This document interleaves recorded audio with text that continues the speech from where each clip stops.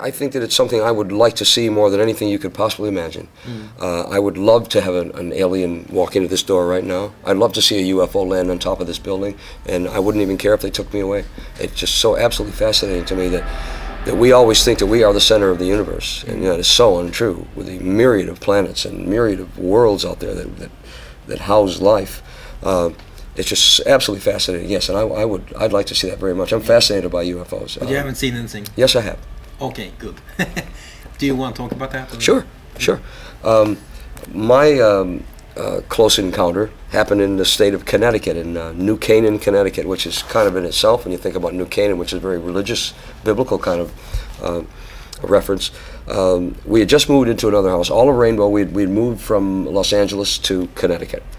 And I'd just come off the road, and my wife and I were putting together our new home. Things were being unpacked at the time, and it was probably, I don't know, midnight.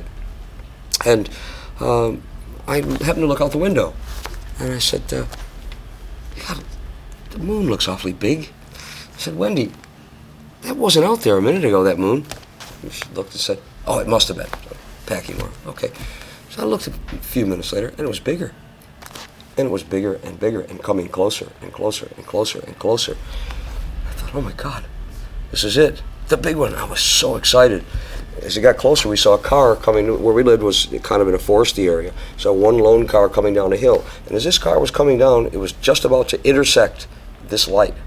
And I thought, he's going to take this car away. This car is now going to shoot up into this, whatever this thing may be. And I was, with bated breath. And the car got to the intersection point, and suddenly it went out. But it didn't go out as though you would take a flame, blow the flame out, where there's an afterglow. It was as if someone had taken a black curtain and gone, and off it went. I thought, I know that was a presence of a UFO. And we both were glued to the bed. The next day in the newspaper, 20 or 25 people saw the same thing, and then heard a large explosion with a light after it. So it wasn't just me, and I know it was that. I mean, I am absolutely positive that it was that. No, I've never been taken away, and I don't want to be taken away that way. I don't want needles to be, inserted in me in bad places. But I would love to see something like that, really would.